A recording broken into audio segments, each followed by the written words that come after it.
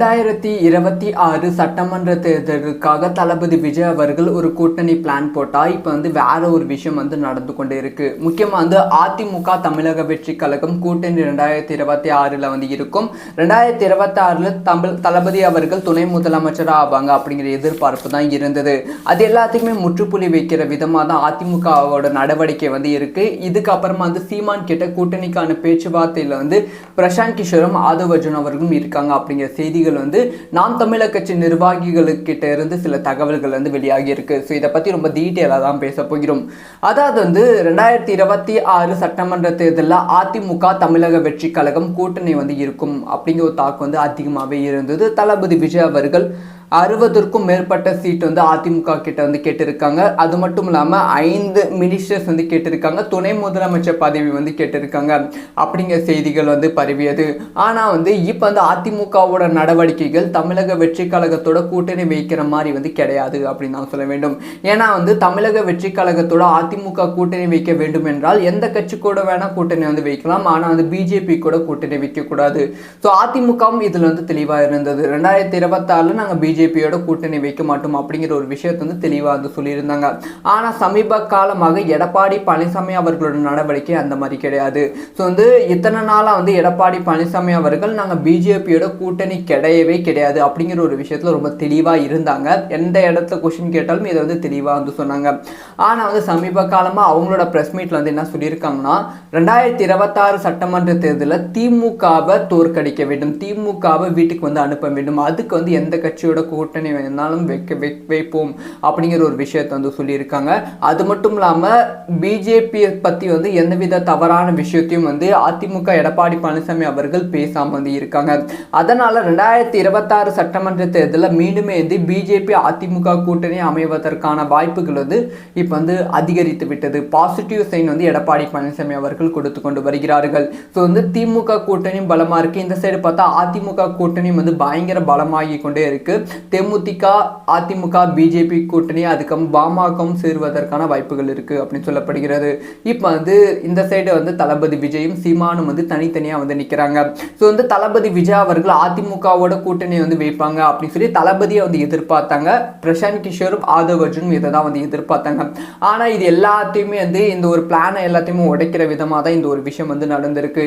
இதனால் ஆதவ் அர்ஜுன் பிரசாந்த் கிஷோர் சீமான் கிட்ட பேச்சுவார்த்தை நடத்தி கொண்டு இருக்கிறார்கள் அப்படின்னு சொல்லப்படுகிறது. நாம் தமிழர் கட்சி நிர்வாகிகள் பல பேர் இதை கூறியிருக்காங்க. அதாவது ஆதவ் அர்ஜுன் அவர்கள் சீமானுக்கு 3 டைம் கால் பண்ணியிருந்தாங்க. 3 டைம் அவங்களை ரீச் பண்ண ட்ரை பண்ணாங்க. இந்த 3 டைம் சீமான் அவர்கள் ரீச் பண்ண விடலை. ஸோ 4வது டைம் தான் சீமான் அவர்கள் ரீச் பண்ணாங்க. கிட்டத்தட்ட 15 நிமிஷம் ஆதவ் அர்ஜுன் அவர்கள் பேசினாங்க, கூட்டணியை பற்றி பேசினாங்க. ஆனால் சீமான் அவர்கள் கொஞ்சம் கூட இதுக்கு ஒத்து வரவில்லை. ஸோ ஆதவ் அர்ஜுன் சீமான் கிட்ட பேசின விஷயம் என்னன்னா 2026 சட்டமன்ற தேர்தலில் தளபதி தலைமையில் கூட்டணி வாங்க, எங்களுக்கு 25% வாக்குகள் இருக்கு அப்படி சொல்லி தளபதி விஜய் அவர்கள் சார்பாக ஆதவ் அர்ஜுன் அவர்கள் பேசின மாதிரி சில தகவல்கள் நாம் தமிழர் கட்சி நிர்வாகிகள் கொடுத்துருக்காங்க. அதுக்கு சீமான் தரப்பு அதான் உங்களுக்கு தான் 25% மேலே வாக்கு சதவீதம் இருக்கு, நீங்கள் தனித்தே போட்டியிடலாமே, எதுக்கு கூட்டணி அப்படின்னு சொல்லி நக்கலாக பேசியிருக்காங்க அப்படிங்கிற தகவல் கிடைச்சிருக்கு. அது மட்டும் இல்லாமல் நீங்கள் எங்கள் கூட கூட்டணி வைத்தால் வெறும் 15 சீட்டு தான் உங்களுக்கு நாங்கள் கொடுக்க முடியும், எங்கள் தலைமையில் தான் நீங்கள் கூட்டணி இருக்கணும், 15 சீட்டு தான் கொடுக்க முடியும் அப்படி சொல்லி நாம் தமிழர் கட்சி சீமான் அவர்கள் சொல்லிட்டாங்களாம். இதனால் இப்போ தமிழக வெற்றி கழகம் ஒரு பெரிய கேள்விக்குறி எழுந்திருக்கு. எந்த கட்சியோட கூட்டணி வைக்கிறது அப்படிங்கிற ஒரு கேள்விக்குறி எழுந்திருக்கு. இந்த பக்கம் பார்த்தா மீண்டுமே அதிமுகவோட சீமான் கூட்டணி வைப்பதற்கான வாய்ப்புகளும் அதிகரித்து கொண்டிருக்கு. ஏன்னா சீமான் அவர்களோட நடவடிக்கையும் பிஜேபி சார்பாக தான் இருக்கு. ஸோ அண்ணாமலைக்கூட கொஞ்சம் நெருக்கமாக இருக்காங்க. பிஜேபிக்கு பாசிட்டிவான விஷயத்தை தான் சீமான் அவர்களும் பேசிட்டு இருக்காங்க. இதனால் 2026 சட்டமன்ற தேர்தலில் அதிமுக பிஜேபி நாம் தமிழர் கட்சி பாமக இந்த மாதிரி ஒரு கூட்டணி அமைந்தால் தமிழக வெற்றி கழகம் அதிமுகவோட கூட்டணி சேர்ந்தா தமிழக வெற்றி கழகத்துக்கு 10 சீட்டு கிடைப்பதே மிக மிக மிக கடினமான விஷயம். அதனால் தனித்து போட்டியிடுவதற்கான வாய்ப்புகள் இருக்கு. இப்படி தனித்து தமிழக வெற்றி கழகம் போட்டியிட்டால் அதிமுகவால் வந்து ஒரு தொகுதி அதிமுக தோல்வி வெற்றி அடைந்துவிடும், எதிர்கட்சியாக கூட போய்விடும். ஆனால் வந்து தமிழக வெற்றி கழகம் ஒரு தொகுதி கூட வெற்றி பெறுவதற்கான வாய்ப்புகள் கிடையாது. இந்த ஒரு சிக்கலெல்லாம் வந்து இப்போ வந்து தமிழக வெற்றி கழகம் மாற்றிருக்கு. ஸோ என்ன நடக்க போகிறது, தளபதி விஜய் அவர்கள் என்ன ஸ்ட்ராட்டஜியை வந்து யூஸ் பண்ண போகிறாங்க, திமுக கூட்டணி வந்து உடைக்க போகிறாங்களா இல்லை அதிமுக கூட்டணியை உடைக்க போகிறாங்களா அப்படிங்கிற விஷயத்தை வெயிட் பண்ணி தான் பார்க்கணும். 2026 சட்டமன்ற தேர்தலுக்காக தளபதி விஜய் அவர்கள் ஒரு கூட்டணி பிளான் போட்டால் இப்போ வந்து வேற ஒரு விஷயம் வந்து நடந்து கொண்டே இருக்கு. முக்கியமாக வந்து அதிமுக தமிழக வெற்றி கழகம் கூட்டணி 2026 வந்து இருக்கும். 2026 தளபதி அவர்கள் துணை முதலமைச்சராக ஆவாங்க அப்படிங்கிற எதிர்பார்ப்பு தான் இருந்தது. அது எல்லாத்துக்குமே முற்றுப்புள்ளி வைக்கிற விதமாக தான் அதிமுகவோட நடவடிக்கை வந்து இருக்கு. இதுக்கப்புறமா வந்து சீமான் கிட்ட கூட்டணிக்கான பேச்சுவார்த்தையில் வந்து பிரசாந்த் கிஷோரும் ஆதவ் அர்ஜுன் அவர்களும் இருக்காங்க அப்படிங்கிற செய்தி வந்து நாம் தமிழர் கட்சி நிர்வாகிகளுக்கிட்ட இருந்து சில தகவல்கள் வந்து வெளியாகி இருக்கு. ஸோ இதை பத்தி ரொம்ப டீட்டெயிலாக தான் பேச போகிறோம். அதாவது வந்து 2026 சட்டமன்ற தேர்தலில் அதிமுக தமிழக வெற்றி கழகம் கூட்டணி வந்து இருக்கும் அப்படிங்கிற ஒரு தாக்கு வந்து அதிகமாகவே இருந்தது. தளபதி விஜய் அவர்கள் 60க்கும் மேற்பட்ட சீட் வந்து அதிமுக கிட்ட வந்து கேட்டிருக்காங்க. அது மட்டும் இல்லாமல் 5 மினிஸ்டர்ஸ் வந்து கேட்டிருக்காங்க, துணை முதலமைச்சர் பதவி வந்து கேட்டிருக்காங்க அப்படிங்கிற செய்திகள் வந்து பரவியது. ஆனால் வந்து இப்போ வந்து அதிமுகவோட நடவடிக்கைகள் தமிழக வெற்றி கழகத்தோட கூட்டணி வைக்கிற மாதிரி வந்து கிடையாது அப்படின்னு நான் சொல்ல வேண்டும். ஏன்னா வந்து தமிழக வெற்றி கழகத்தோட அதிமுக கூட்டணி வைக்க வேண்டும் என்றால் எந்த கட்சி கூட வேணா கூட்டணி வந்து வைக்கலாம், ஆனால் வந்து பிஜேபி கூட கூட்டணி வைக்கக்கூடாது.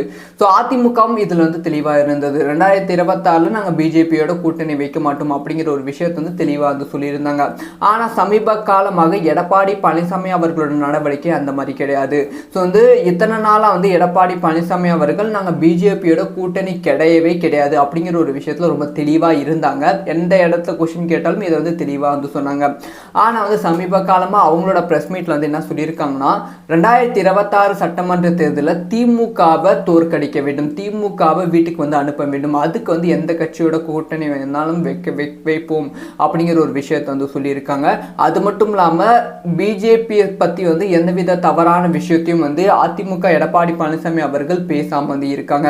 அதனால 2026 சட்டமன்ற தேர்தலில் மீண்டுமே வந்து பிஜேபி அதிமுக கூட்டணி அமைவதற்கான வாய்ப்புகள் வந்து இப்போ வந்து அதிகரித்து விட்டது. பாசிட்டிவ் சைன் வந்து எடப்பாடி பழனிசாமி அவர்கள் கொடுத்து கொண்டு வருகிறார்கள். ஸோ வந்து திமுக கூட்டணியும் பலமாக இருக்கு. இந்த சைடு பார்த்தா அதிமுக கூட்டணியும் வந்து பயங்கர பலமாகி கொண்டே இருக்கு.